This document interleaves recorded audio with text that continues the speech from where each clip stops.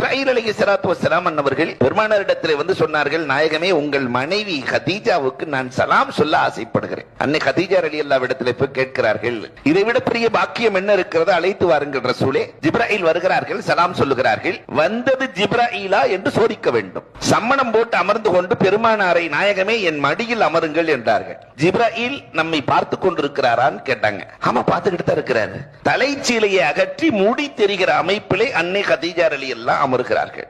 இப்பொழுது ஜிப்ராயில் நம்மை பார்த்து கொண்டிருக்கிறாரா? பெருமானார் சொன்னார்கள், தலை தெறிக்க ஓடிக்கொண்டிருக்கிறார். அப்ப வந்தது ஜிப்ராயில் தான். நான் தௌராத்தை படித்திருக்கிறேன், வேதக்காரர்களிடத்தில் கேட்டிருக்கிறேன், எந்த வீட்டில் பெண்கள் முடியை திறந்து வைத்திருக்கிறார்களோ அந்த வீட்டில் காசான மலக்குகள் வருவதில்லை. இன்னைக்கு நமக்கு பக்கத்தில் இருக்கிற மாநில கேரளாவில் அவ்வளவு பறக்கத்து. காரணம் என்ன தெரியுமா? அவர்கள் எந்த நேரத்திலும் முடியை திறப்பதில்லை. இனி வாழ்நாளில் நாம் முடியை மறைத்து வாழ வேண்டும்.